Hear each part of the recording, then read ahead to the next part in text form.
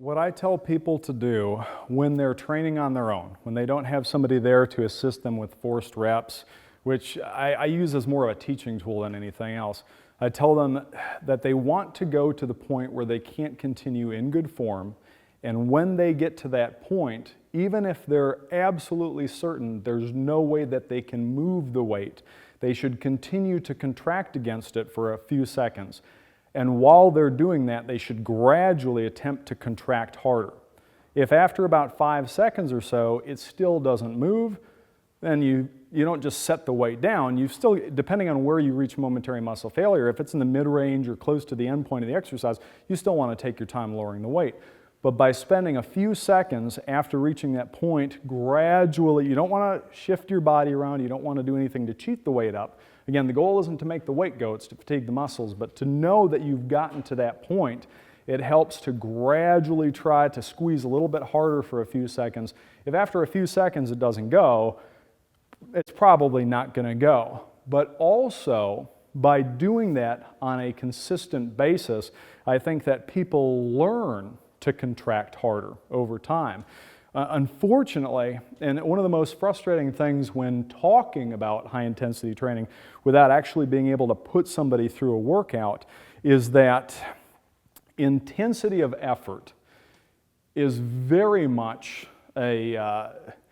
it's one of those things that unless you have experienced it, unless you have been put through a workout by somebody who knows how to push you and get as much work out of you as possible, it is difficult for most people to relate to what they are capable of. When I started training this way, I thought I was training hard. And I was pushing to what I thought was momentary muscle failure. I thought I was maintaining a pretty good pace during my workouts. But around 1994, I started working for a guy named Mike Moran, who was a phone client of the bodybuilder Mike Mentzer. And we had talked. I was training people at another gym. Their gym was closer to the college, and it just turned out that they were also doing a high-intensity training, so it was a good fit. And he said that he was going to put me through a workout. And it was what I had previously thought of as a 10, on a scale of 1 to 10 with intensity of effort, became about a 2 or a 3 after that workout. And we've done the same to a lot of people since then. One of the also frustrating things is the high-intensity training program that we had there was derided by a lot of the bodybuilders that worked out there. They thought there was no possible way it could work. That's too easy. Just only lifting for 20-something minutes. Occasionally, we would convince some of them to let us put them through a workout. And this result is typical. I had a guy, and he was supposed to do deadlift, leg press, pull down, chest press, row, shoulder press, heel raise, just a circuit of hammer strength machines. We got as far as the compound row, and he asked to be excused. He said he needed to go to the locker room. I didn't see him for another 2 hours. He had gone in there, thrown up, and then lain down and just fell asleep on the floor. When I saw him again, he was sitting in the front lobby, pale as a ghost. Now, this is a guy who's a fair-skinned redhead, so he was already relatively pale. He was even paler. He looked like he was in shock.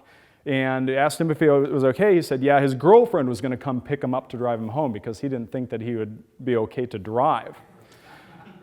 We didn't see him again for about a week. And when he came back, he was doing the same stuff that he had been doing previously. And I asked him, well, why are you back doing this? He said, well, your way is too hard. So, and then these were people who were working out. Well, it's really, really difficult thing to get across in words or in writing, even in videos. It's difficult unless you can experience it yourself. Now, it helps to have a good trainer. Unfortunately, while personal trainers are a dime a dozen, you can walk into any busy area, throw a rock in one direction, you'll probably hit one. Trainers that have any idea what they're doing are extremely hard to find.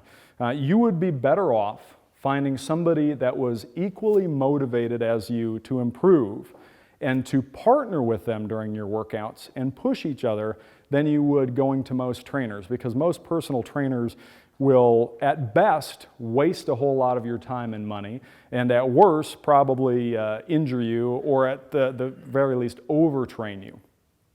So it's, again, I would recommend when you think you've reached the point of momentary muscle failure to continue contracting for a few seconds. Again, keep in mind, your goal isn't to make the weight go. Your goal is to try and fatigue those muscles as deeply as you can. If after a few seconds it doesn't go, then you just want to stop at that point. Now, if you do have a training partner, I would have them occasionally, and it's important that this be occasional, occasionally assist you with a forced repetition. And when they do so, they should do so while applying as little assistance as necessary for you to just barely continue. Now, the reason I say it should be occasional is because if you are doing forced reps on a regular basis, if every time you do an exercise you know that your training partner is going to give you 2 or 3 forced repetitions, you're going to tend to hold back a little bit in reserve of that in anticipation of having to do that continued work. So it should be kind of a surprise thing. You should not know that you're going to do it until you're doing it, just to prevent thinking about having to hold back. Okay. Thank you. Oh, you're welcome. Any other questions? What would you advise to someone who just has weights at home? Just has weights at home? Okay. Yeah. Do you have a rack or just the weights? Just the weights. So. If you have just weights at home, what I would recommend for a basic routine, actually before I go into any program, almost anything that is done hard and progressively that addresses all the major muscle groups and has a volume and frequency that is appropriate to you is going to produce good results. Doesn't matter if you're using machines, doesn't matter if you're using free weights, doesn't matter if you're using body weight. How you use them is far more important than the tool you use. Proper use of primitive tools is going to give you much better results, much more safely than improper use of the best equipment in the world. Again, Bill probably covered all this in more detail than most people can hold on to, so pick up his book. That will give you a good idea of how you can do this with the free weights. But now what I would recommend, if you've just got free weights at home, is you want to be able to cover all the major muscle groups. Minimally, you want pushing and pulling movements in horizontal and vertical planes, and you want to do some type of a squatting or leg pressing movement. You want to do some type of a hip hinging movement. That covers almost all the major muscle groups right there. To that, you could add a neck extension and flexion for the neck, which doesn't get that much work during the other exercises, unless you're doing push-ups and inverted rows where your body's horizontal and the muscles are working to maintain head position. And I would also add calf raises to that and direct grip work if you find that your grip is a limiting factor on these other exercises. But with nothing but, is it barbells or dumbbells? With nothing but a barbell, you could perform, and I would start with body weight squats, again, in the manner that I described, or using L's 30-30-30, but not starting from the top. I would start from about the halfway point. So either body weight squats starting from the halfway point for legs, or, and you could alternate this with a deadlift.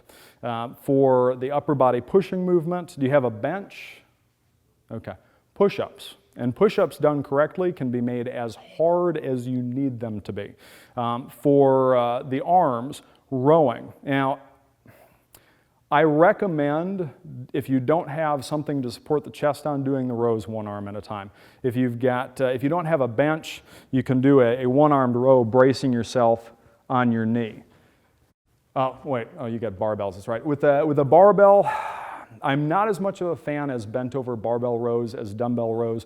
Reason being, if you are doing a barbell row, holding yourself in this position, after a while, depending on what you've already done for the glutes and hamstrings, you start to focus more on just trying to maintain back position than pulling the bar. It's a little bit easier to do if you've got a dumbbell where you can be supported. But with a barbell, with the rows, you could do the same thing, but I would recommend limiting the range of motion to the top half to make the exercise harder so that you don't require as much weight, so that it's less difficult for the muscles of the glutes and hamstrings and low back to maintain that. For the shoulders, overhead pressing. And Bill, did you talk about shoulder angle and the glenoid fossa and avoiding? Okay. If you're going to do an overhead press, and correct me if I'm off on this, Bill, people like to categorize exercises in terms of front, back, side, but 90-degree angles don't always work out so well in certain movements. And if you're doing a shoulder movement, you don't want to have your arms way back here going up and down. You want to have the elbows in a little bit. Anyways, I'm going off topic on this, but you want to do a standing press with a barbell for the shoulders. We'll cover that. Now, the only thing that's really difficult to get without some sort of a chinning bar or pull-down machine is that vertical pulling movement. What I would recommend is getting a chin-up bar. And ideally, you want something, and what I'm going to recommend for a chin-up bar is that it be installed at a height that you can reach it without having to jump. You should be able to reach it flat-footed.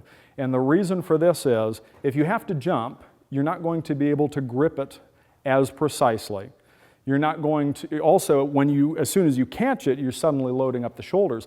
Instead, what you want to do is be able to grab the bar and then very gradually transfer the weight from your feet to your arms so that you're not suddenly loading them up. So if you've already got barbell, you can do pretty much everything that you need with that, but I would recommend adding a chin-up bar to that for that vertical pulling movement. Any other questions? All right, let's give it up, guys. Thanks. Thank you.